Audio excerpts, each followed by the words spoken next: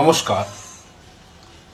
আমার কাছে অনেকে বলে যে আমি পয়সা ধরে রাখতে পারছি না, যথেষ্ট পরিমাণে ইনকাম করছি কিন্তু আমি পয়সা ধরে রাখতে পারছি না। সেক্ষেত্রে আমাকে কি করতে হবে?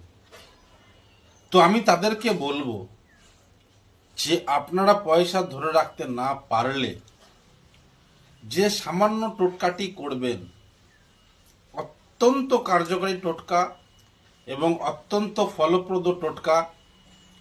এই টোটকাটা করার আগে আপনাদের কাছে আমার অনুরোধ, আপনাদের ভিডিওটি ভালো লেগে থাকলে অবশ্যই লাইক, কমেন্ট এবং শেয়ার করবেন।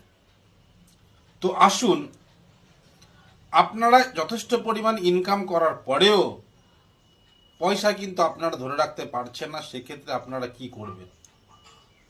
আপনাদের করতে হবে কি, প্রত্যেক শনিবারে সর্ষের তেলে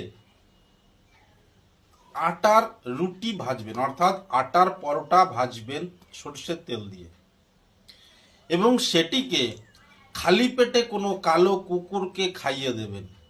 ব্যাস, এইটুকু কাজ করতে পারলে পরে আপনারা কিন্তু আপনাদের যে পয়সা ধরে রাখতে পারছিলেন না সেটা কিন্তু আপনারা ধরে রাখতে পারবেন।